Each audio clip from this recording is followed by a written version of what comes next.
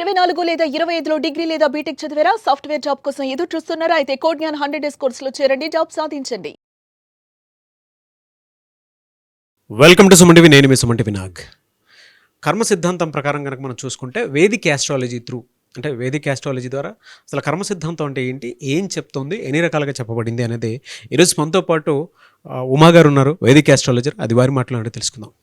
నమస్కారం ఉమా గారు. నమస్తే నాగరాజ్ గారు.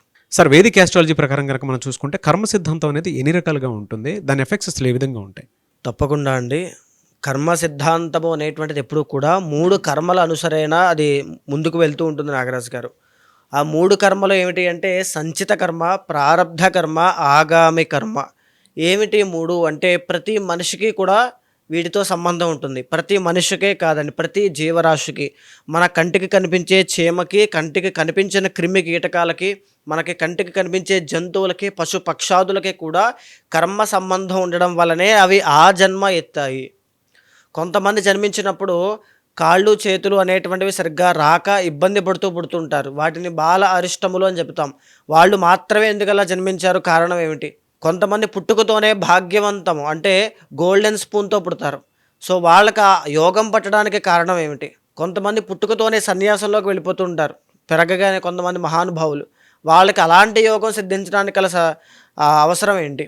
ఇవన్నీ కూడా కర్మ అనేటువంటిదే ప్రతి ఒక్కరిని నడిపిస్తూ ఉంటుంది. కర్మానుసారైన బుద్ధి అంటాము. అంటే ఆ కర్మ ఉంటేనే మనకి ఆ సమయంలో అలాంటి బుద్ధి పుడుతూ ఉంటుంది.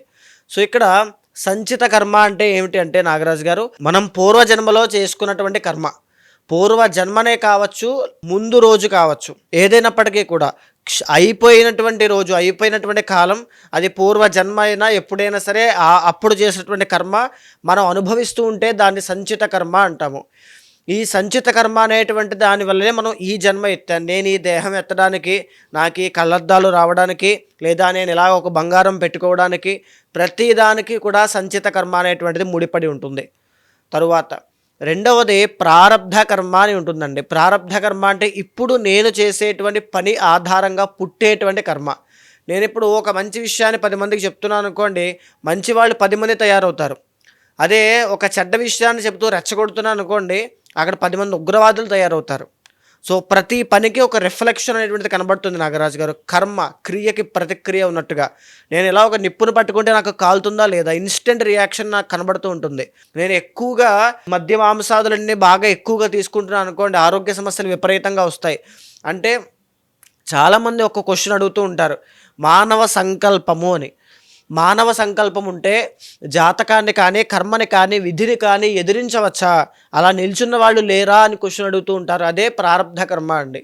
అంటే ఇప్పుడు నాకు ఒక రకమైన సమస్య వచ్చింది. సమస్య అనేటువంటిది కర్మ వల్ల వచ్చింది, నాకు సంబంధం లేదు. నాకైనా మీకైనా ఎవరికైనా సరే ఆ సమస్య అనేటువంటి బాణం మన మీద పడుతున్నప్పుడు మనం దానికి ఎదురొడ్డి నుంచున్నామా, భయపడి పరిగెడుతున్నామా అనేటువంటిది మన కాన్షియస్నెస్ మీద ఆధారపడి ఉంటుంది, మన బుద్ధి మీద.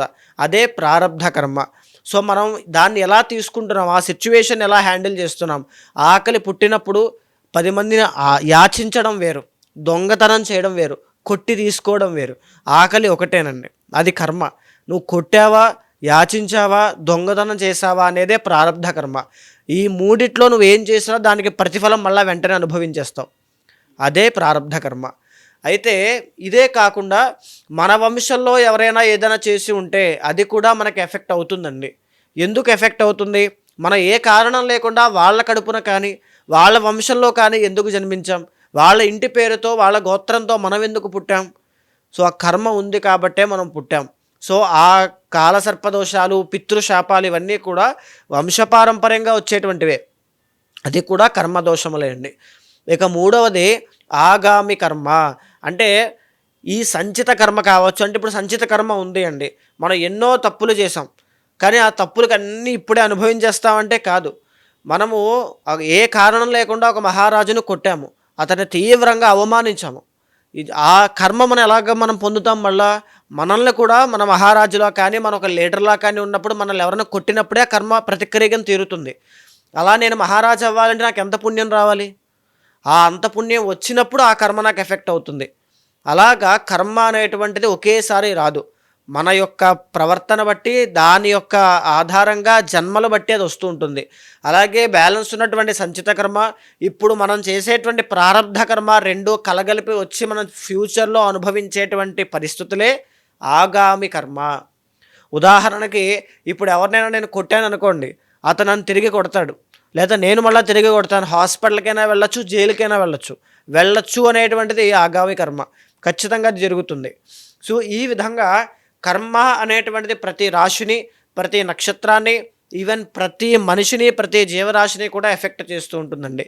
సో ఈ రాశులకి వాటికి సంబంధం ఏంటి అని చాలామంది కన్ఫ్యూజ్ అవ్వచ్చు. ఉదాహరణకి మేషరాశిలో జన్మించినప్పుడు అధిపతి కుజుడవుతారు.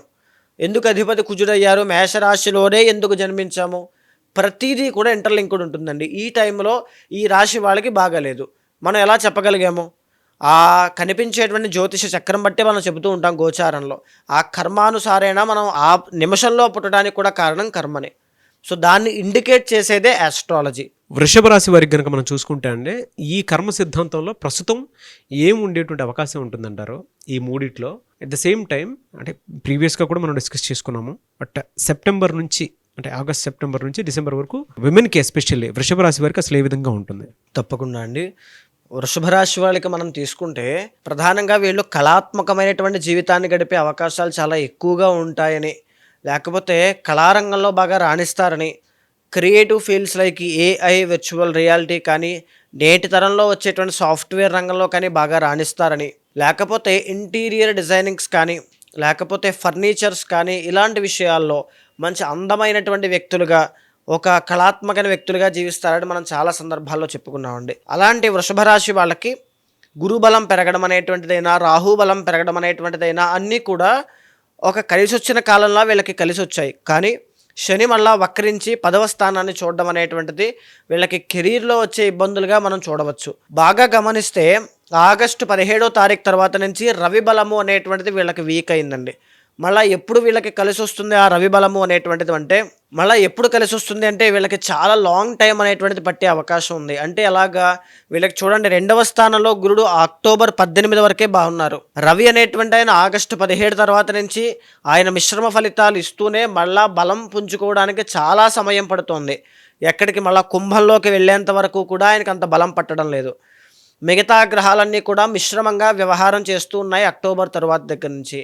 రాహు కూడా తర్వాత డిసెంబర్ తర్వాత ట్రాన్సిట్ అయిన తర్వాత కూడా ఆ 10వ స్థానంలో ఉంటారు, 9వ స్థానంలోకి వెళ్ళిపోతారు. సో మేజర్గా నేను చెప్పేటువంటి విషయం ఏంటి అంటే, వృషభ రాశి వాళ్ళకి ఇక్కడి నుంచి సెప్టెంబర్ నుంచి కూడా బాగా ఫోకస్ చేయాల్సినటువంటి అవసరము. ఈ టైం అనేటువంటిది మిస్ అయితే మళ్ళా టైం అనేటువంటిది తిరిగి రాదు. బాగా చెప్పాలి అంటే శని 10th హౌస్ మీద ప్రభావితం అవ్వడం అంటే ట్రాన్స్ఫర్లు అవ్వడం కానీ, స్థాన చలనం, అది విదేశాల ఎక్కడెక్కడ పక్కన పెడితే ఖచ్చితంగా ప్లేస్ అనేటువంటి షిఫ్ట్ అవ్వడం, ట్రాన్స్ఫర్ అవ్వడం కానీ, లేకపోతే కెరియర్లో ఒడిదుడుకులు అనేటువంటివి రావడం కానీ, ప్రెషర్ అనేటువంటిది పెరగడం, నిరుద్యోగ ఇలాంటి పరిస్థితులన్నీ కూడా చాలా ఎక్కువ అవ్వడం. ఎందుకంటే శని 10వ స్థానాన్ని చూస్తున్నారండి. ఎంత వెతికినా, ఎంత కష్టపడినా ఆ ఫలితం అనేటువంటిది రావడం చాలా కష్టం అవుతుంది. ఆ విషయంలో చాలా జాగ్రత్తగా ఉండాలి. కానీ 2వ స్థానంలో గురుడు మాత్రమే బ్రహ్మాస్త్రంలాగా వీళ్ళని కాపాడుతూ ఉన్నారు. అది అక్టోబర్ దాకా మాత్రమే వీళ్ళకు ఉంటుంది. సో ప్రధానంగా వీళ్ళు జాగ్రత్త తీసుకోవాల్సినటువంటి ఆరోగ్య సమస్యలు ఏమిటి అంటే, ఎస్పెషల్లీ విమెన్ అయితే సెప్టెంబర్, అక్టోబర్ దగ్గర నుంచి కూడా పీసీఓడి కానీ, పీసీఓఎస్ కానీ, థైరాయిడ్ ఇష్యూస్ లాంటివి చూసుకోవాలి. ఆడవాళ్లతో తగువులు వచ్చేటువంటి అవకాశాలు ఎక్కువగా ఉంటాయి. ప్రధానంగా చెప్పాలి అంటే వీళ్ళకి మీ జాతకంలో శని మహాదశ నడుస్తూ ఉన్నట్లయితే మీరు కాపాడబడతారు. శని మీకు రాజయోగ కారకుడు అవుతారండి. సో 100% శని మీకు బలము. ఆ శని ఎక్కడున్నా, ఇది గోచారంలో శని కాదు, మీ పర్సనల్ చార్ట్లో ఆయన ఎక్కడున్నారనేటువంటి దాన్ని ఒకసారి చెక్ చేసుకోండి. ఇంకా చెప్పాలి అంటే ప్రధానంగా రుణ బాధలు అనేటువంటివి ఎక్కువయ్యే అవకాశం ఉంటుంది నాగరాజు గారు. ఎందుకంటే ద ఒరిజినల్ 12th లార్డ్ వీళ్ళకి కుజుడు. రుణ బాధలు అనేవి చాలా ఎక్కువైపోతాయి. సో ఎక్కువగా ఆ అప్పుల బాధ ఉంది అనుకునేటువంటి వాళ్ళు రుణ విమోచన అంగారక స్తోత్రాన్ని 16 సార్లు ప్రతిరోజు చదవండి. తప్పకుండా అప్పులు తీరుతాయి. ఇంకా చెప్పాలి అంటే అక్టోబర్ తర్వాత నుంచి ఇంకా కొద్దిగా ఇబ్బందులు అనేటువంటివి, ఈ ఒడిదుడుకులు అనేటువంటివి ఎక్కువగానే చూస్తారని చెప్పచ్చు. ముందుగానే జాగ్రత్తలు తీసుకోండి. మెయిన్లీ మీరు ఫోకస్ చేయాల్సిన అంశం ఏంటంటే కెరీర్, తర్వాత హెల్త్. ఈ 2 విషయాల్లోనూ ఫోకస్ చేయండి. అప్పులు చేయొద్దు, అప్పులు ఎవరికి ఇవ్వద్దు ఈ సమయంలో. బికాజ్ ఇప్పుడు మీకు ఫ్లో ఆఫ్ మనీ బాగుంది కదా అని ఇచ్చారంటే అక్టోబర్ తర్వాత నుంచి మీరు ఇబ్బంది పడతారు. సో చాలా జాగ్రత్తగా ఉండాలి. ఇదే విధంగా నాగరాజు గారు ఓన్లీ పీసీఓడి ఇవే కాకుండా గుప్త రోగములను మనం చెప్తామండి, బయటికి చెప్పుకోలేనివి. యూరినరీ ట్రాక్ ఇన్ఫెక్షన్స్ కావచ్చు, మగవాళ్ళకి hormonal imbalances, testosterone, fertility problems కావచ్చు, లేకపోతే ఈ శుక్రుడు అంటే ఆడవాళ్ళలో శత్రుత్వం పెరగడం వల్ల వీళ్ళకి ఆడవాళ్ళ దగ్గర నుంచి వచ్చే వ్యతిరేకత, వాళ్ళతో తగులు అవ్వడం వల్ల ధన నష్టం కలిగే అవకాశాలు ఉంటాయి. బికాజ్ శుక్రుడు 6th లార్డ్ కాబట్టి అండి. వెరీ వెరీ కేర్ఫుల్గా ఉండాలి. శత్రువులు ఆడవాళ్ళలో ఉండడం, అత్తగారు లేకపోతే మేనమామ, మేనత్త వీళ్ళ దగ్గర నుంచి శత్రుత్వం రావడం లాంటివి జరిగే అవకాశాలు ఎక్కువ ఉంటాయి. సో వెరీ వెరీ కేర్ఫుల్గా ఉండండి. ఇంకో విషయం ఏంటి అంటే కళారంగంలో ప్రయత్నం చేసేవాళ్ళు, ఫిలిం కెరీర్లో అందరిలో కూడా ఈ అక్టోబర్ లోపులోనే మీ ప్రధానమైన నిర్ణయాలన్నీ కూడా తీసుకోవాలి. ఎందుకంటే రవి అనేటువంటి ఆయన మిశ్రమంగా ఫలితాలు ఇస్తున్నప్పుడు కష్టపడినా అంత గొప్పగా యోగించావు. కానీ నిరాశపడకండి, మనోధైర్యంతో పనిచేస్తూనే ప్రతిరోజు కూడా ఆదిత్య హృదయాన్ని చదవండి. రవి బలం చాలా బాగా పెరుగుతుందండి. లేదా ఆదివారం నాడు గోధుమలు దానంగా ఇవ్వండి. ఆరోగ్య సమస్యలు తగ్గుతాయి, హోదా అనేటువంటిది పెరుగుతుంది. చాలామంది వేదిక్ ఆస్ట్రాలజీ త్రూ వాళ్ళకు ఉండేటువంటి సమస్యలను పరిష్కరించుకోవాలి అనుకునేటువంటి వాళ్ళు ఉన్నారండి. అవునండి. అలా ఉన్నప్పుడు మిమ్మల్ని అప్రోచ్ అవ్వాలంటే ప్రాసెస్ ఏంటి? తప్పకుండా అండి. నేను ఒక్క విషయం చెబుతున్నానండి, చాలామంది ఈ కెరీర్లో కావచ్చు, మ్యారిటల్ లైఫ్లో కావచ్చు, బిజినెస్లో కావచ్చు, సరైన నిర్ణయం తీసుకుంటే ఎవరైనా హ్యాపీగా ఉంటారు, సక్సెస్ఫుల్గా ఉంటారు, అందరికీ తెలిసిందే. కానీ ఆ నిర్ణయం తీసుకోవడానికి ఎన్నో రకాల ఆటంకాలు, చిక్కులు, మానసిక ఒత్తిళ్లలో పడి సరైన నిర్ణయం తీసుకోక ఇబ్బంది పడేవాళ్ళు కొన్ని వేల మంది ఉన్నారు. అది ఎడ్యుకేషన్లో అయినా, మ్యారిటల్ లైఫ్లో, రిలేషన్లోనైనా, సంతానం విషయంలో, సరైన స్టడీస్ విషయంలోనైనా, అన్నిట్లోనూ కూడా. అలాంటి వాళ్ళందరికీ కూడా ఒక క్లారిటీ కావాలి, నాకు ఒక జస్టిఫికేషన్ కావాలనుకుంటే మీ వెనకాల నేను ఉంటాను. మీ జన్మ జాతకాన్ని చూసిన తర్వాత గోచారంతో సమన్వయం చేస్తూ మీ జీవితంలో లెఫ్ట్ ఆర్ రైట్ సిచ్యువేషన్ ఎప్పుడు వచ్చినా మీ వెనకాల నేను ఉంటాను. ఒక గైడర్లా కావచ్చు, ఒక మెంటర్లా కావచ్చు, ఖచ్చితంగా ఒక ఫ్యామిలీ మెంబర్ లాగా ఏం చేయాలి, ఎప్పుడు ఎలాంటి నిర్ణయాలు తీసుకోవాలి, ఎప్పుడు జాగ్రత్తగా ఉండాలి, ప్రతిదీ కూడా మీ వెనకాల నుండి నడిపిస్తాను. ఏదైనా దోషాలుంటే తగినటువంటి శాంతి పరిహారములు ఆచరింపచేసి భగవత్ అనుగ్రహం కలిగేలా చేస్తానండి. డెఫినెట్గా అండి. థ్యాంక్ యూ అండి. థ్యాంక్ యూ సో మచ్ అమ్మగారు. నమస్తే అండి. చూసారు కదన్న వీడియో. ఈ వీడియోపై మీ అభిప్రాయాన్ని కమెంట్ బాక్స్లో పోస్ట్ చేయండి. ముఖ్యంగా మీరు కనుక మీకుండేటువంటి సమస్యలు ఏవైతే ఉంటాయో వేదిక్ ఆస్ట్రాలజీ త్రూ ఒక రెమెడీ కావాలి అనుకునేటువంటి వాళ్ళు ఎవరైనా సరే స్క్రీన్ మీద ఉమాగారి కాంటాక్ట్ నెంబర్ కనిపిస్తుంది. యజ్ఞాలు, యాగాలు, హోమాలు అలాంటి క్రతువులు ఏమైనా చేయించుకోవాలి అనుకునేటువంటి వాళ్ళైనా సరే స్క్రీన్ మీద ఉమాగారి కాంటాక్ట్ నెంబర్ కనిపిస్తుంది. దాన్ని మీరు కాల్ ఆర్ మెసేజ్ వాట్సాప్ చేసి వెంటనే అపాయింట్మెంట్ బుక్ చేసుకోండి. అండ్ ఈ వీడియో లైక్ చేసి షేర్ మాత్రం తప్పకుండా చేయండి. ఇలాంటి మరిన్ని వీడియోస్ కోసం మా ఛానల్ ఫాలో అవ్వండి. Thank you.